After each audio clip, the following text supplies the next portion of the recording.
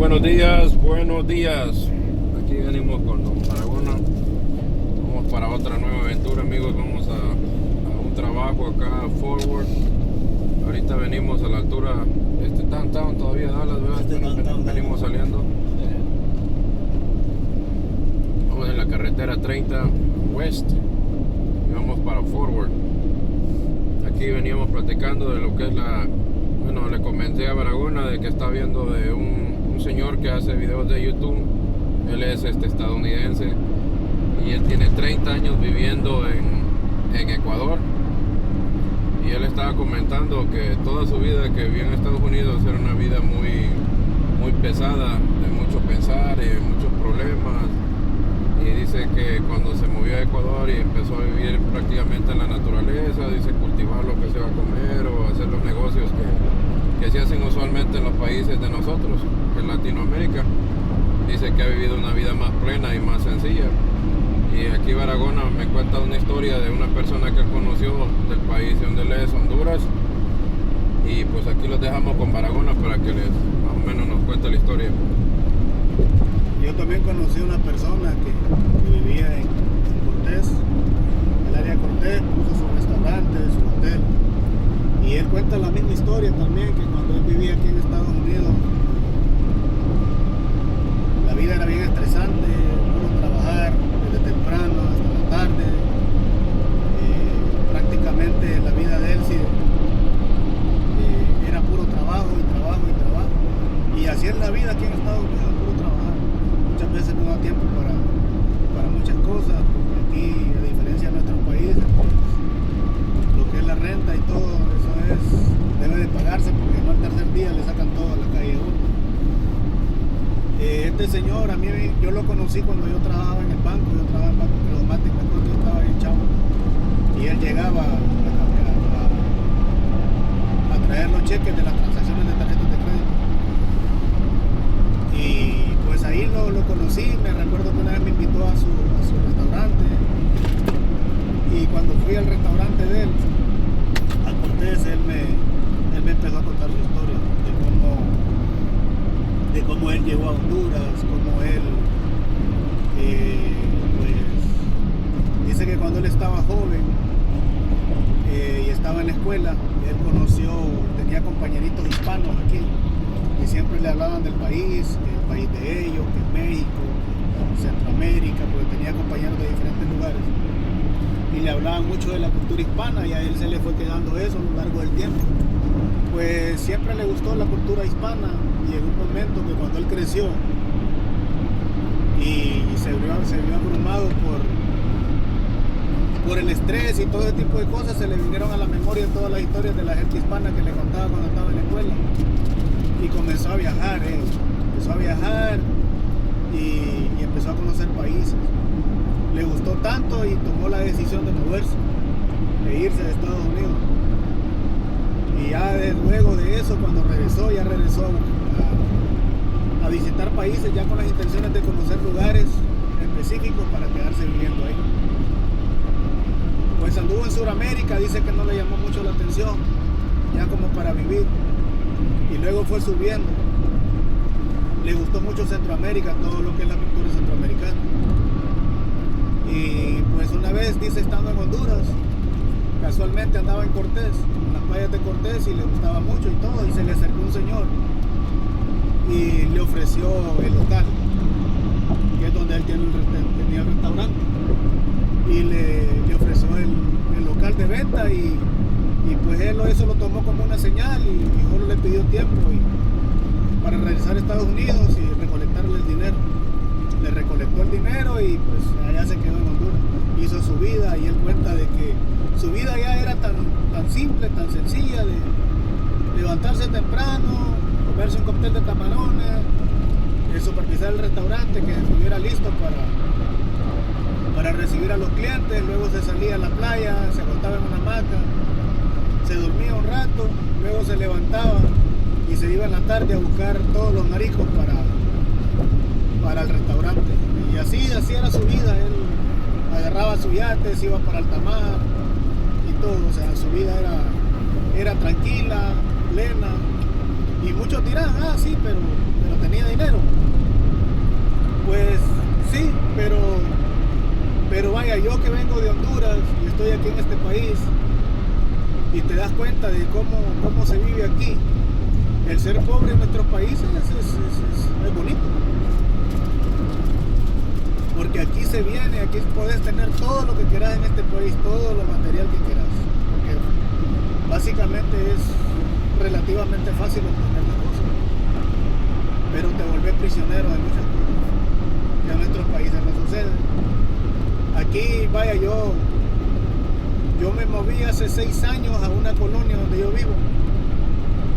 Yo al único vecino que conozco es un vecino de La Par, porque nos hemos llevado bien. Es un militar retirado. Y de ahí para allá, durante los 11 años que yo tengo de vivir aquí, es con el único vecino que yo me he llevado. De ahí para allá no he conocido a ningún vecino en todos los lugares donde he vivido. Y en nuestros países eso no sucede. Allá existe eso de comunidad, de llevarse bien con los vecinos, muchas cosas. Entonces, sí hay cosas que no son tan bonitas de vivir en este país, ¿verdad? O sea, tal vez este país no es nuestra cultura, no es nuestro idioma. Aquí pues este país es una mezcla cultural, culturas de todas partes, y donde quiera que vayas, si no es tu gente te vas a sentir un poco incómodo, porque el mexicano, las personas mexicanas, que son la mayoría de aquí, son la mayoría de los hispanos, la cultura de ellos es muy distinta a la de nosotros. Los dominicanos igual, distinta a la de nosotros, puertorriqueños, cubanos, son totalmente distintos. Entonces aquí tienes dos opciones: te mantienes firme en tu cultura o te adaptas, porque aquí hay muchos hondureños que se han juntado con mexicanos y ahora hablan con mexicanos y pierden su cultura. Entonces así es la vida en este país. ¿Y usted qué piensa? Pues yo en la cultura, pues como me trajeron a los 14 años, yo en realidad no siento diferencia en eso. Yo vine a los 14 años, fue a la escuela, la mayoría de compañeros en la escuela eran mexicanos, para ser exacto, de Distrito Federal, México City, la Ciudad de México. Ahora estoy casado, mi esposa es de la Ciudad de México. Mis hijos, pues por ejemplo, ellos son mitad mexicanos, mitad salvadoreños. Pero en realidad, pues mi esposa también, ella se creció aquí en Estados Unidos. Entonces, la cultura de mis hijos, pues no es mucho, no está muy aferrada a cierto país. Pero sí tratamos nosotros de educarlos y que conozcan un poquito de acá, con los abuelitos, de parte de mi esposa, o sea, sus papás de mi esposa, mis papás, y se les dice, o sea, de donde uno es ahí, de donde son ellos, pues donde uno viene, pero en realidad, pues sí, yo no tengo como ¿cómo se diría? El shock cultural, ¿cómo se dice? Choque cultural. Choque cultural no siento mucho yo. Sí. No siento mucho del choque cultural, o sea, de mexicanos, centroamericanos. Con las personas que sí nunca me he relacionado mucho es con colombianos, puertorriqueños, porque casi aquí no hay mucho. Más que todo es mexicano y centroamericano. Sí. Y pues sí, o sea, diferentes puntos de vista. Y pues para Barahona él tuvo casi toda su vida ya en Honduras. Sí. Y cuando vino aquí, pues es un cambio para él. Sí, cuando yo vine aquí sí sentí el cambio, es totalmente distinto. Mucha gente me dice, no estás acostumbrado a trabajar. Claro, yo en mi país toda la vida. Es más, yo le cuento a José que yo trabajaba más en mi país. Trabajaba en una fábrica. Recuerdo que a las 4 de la mañana yo prácticamente venía en camino para el trabajo. Vivía en Progreso y manejaba hasta Naco, Santa Bárbara. 1 hora y media, siempre estaba media hora antes de que comenzara mi turno. Salía tarde en la noche. Era estresante, menos físico que aquí, pero más estresante que aquí, en el aspecto de lo mental.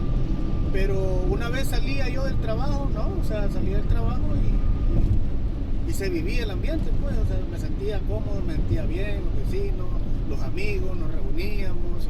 Y aquí no, aquí cada quien en su mundo, en su camino, en su cárcel, en su prisión de oro, en su celda, cada quien aquí. Entonces, sí, yo eso lo sentí como un choque cultural, algo distinto. Somos hispanos, aquí hay muchos hispanos, se habla mucho en español y todo, pero culturalmente somos bien diferentes, somos distintos. Entonces eso sí yo lo sentí así como, hey, lo sentí como un choque. Pero sí, ya con el tiempo uno se va adaptando, ya uno va conociendo cómo es el sistema, va conociendo los tipos de cultura, cómo es la gente, y eso es pues lo primero que uno tiene que aprender para adaptarse lo más pronto posible. Entonces, pues sí, gracias a Dios me he adaptado bien, pero si a mí me preguntaran si pudieras regresar a tu país y todo, y vivir en tu país, ¿lo harías? Con todo gusto. Yo eso sí, yo le cuento a José que sí, yo a mí me gustaría regresar a mi país a vivir mis últimos años allá. Algunos no saben mi historia, pero sí, yo salí no porque yo me quería venir. Es más, era tanto así que yo en el 2009 yo renuncié a mi residencia porque no tenía intenciones de venirme para Estados Unidos. Pero como ya saben lo que somos de Honduras y todo, las maras, la extorsión y todo ese tipo de cosas, estaba siendo extorsionado y cuando las cosas se pusieron peligrosas, pues decidí mejor abandonar el país y abandonar mi carrera, abandonar mis negocios, abandonar mi casa, abandonar todo. Pero eso no quita, y uno como hondureño no pierde la fe que tarde o temprano el país va a mejorar y va a regresar la oportunidad en la que yo pueda regresar a mi país, que sí me gustaría regresar ya siendo mayor y todo. ¿Por qué siendo mayor? Porque aquí están mis hijas y pues a mis hijas les encanta este país y la verdad que pues hacer un sacrificio para que ellas estudien, continúen y cuando ellas hagan su vida pues yo estar listo y regresar a mi país, comprarme algo allá con qué sobrevivir y pasar mis últimos días allá en algún monte, allá por Ciguatepeque, Comayagua, con los lugares que siempre me han gustado. ¿Usted, José, qué piensa? ¿Regresaría a El Salvador? No creo. ¿Pero por qué? Si El Salvador se ha vuelto un lugar, muchos salvadoreños quieren regresar. Como le repito, o sea, yo me crecí aquí. Pero para mí esto es normal. ¿Pero usted no siente el llamado de su tierra? No. Aquí es normal. Usted se vino joven. Sí, pues ya Se esto vino es hecho un normal. niño. Esto de vivir así con el ácido cayéndole uno todos los días es normal ya. Sí, igual, es que el trabajo está bien, o sea, uno puede vivir trabajando y todo, pero como usted dice, usted nunca sintió el choque cultural, usted se vino bien niño y usted allá no desarrolló, como quien dice, amistades, ambiente.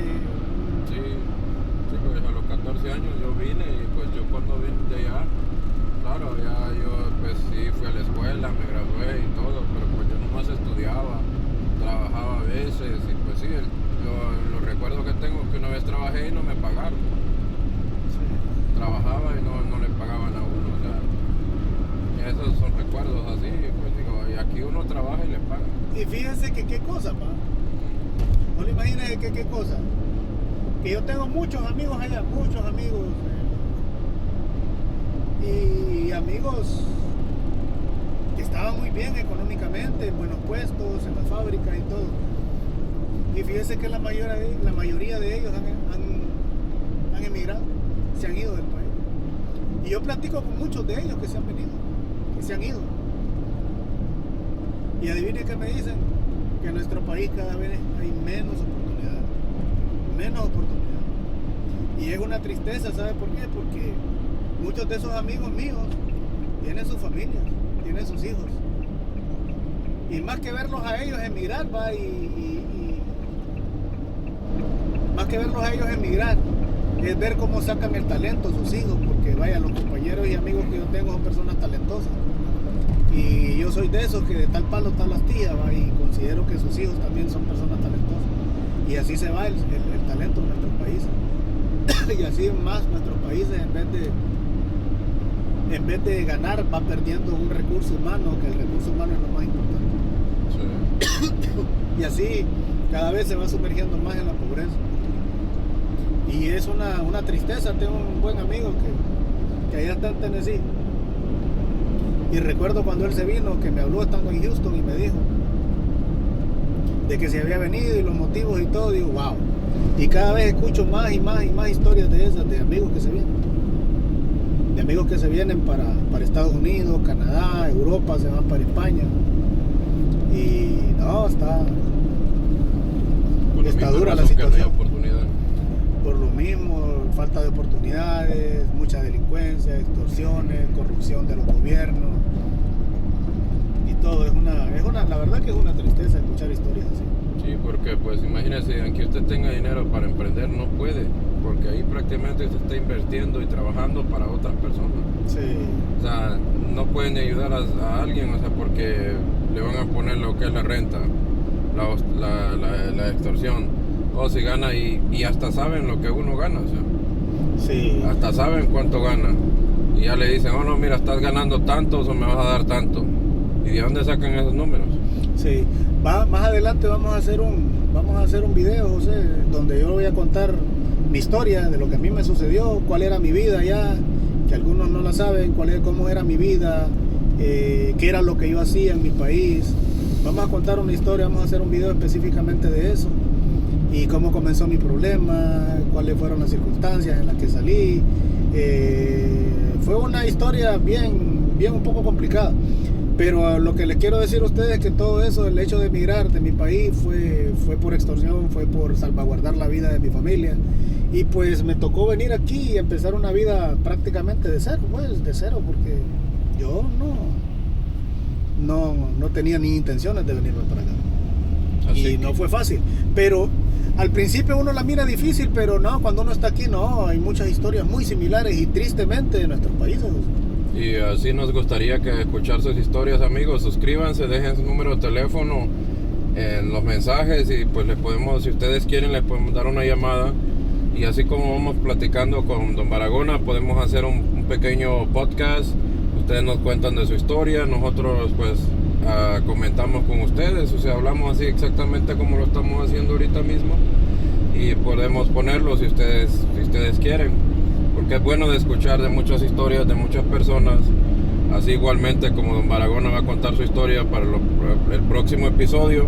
Por favor suscríbanse y déjenos ahí un like y como les digo, su número de teléfono y una pequeña descripción si ustedes quieren que nosotros les hablemos.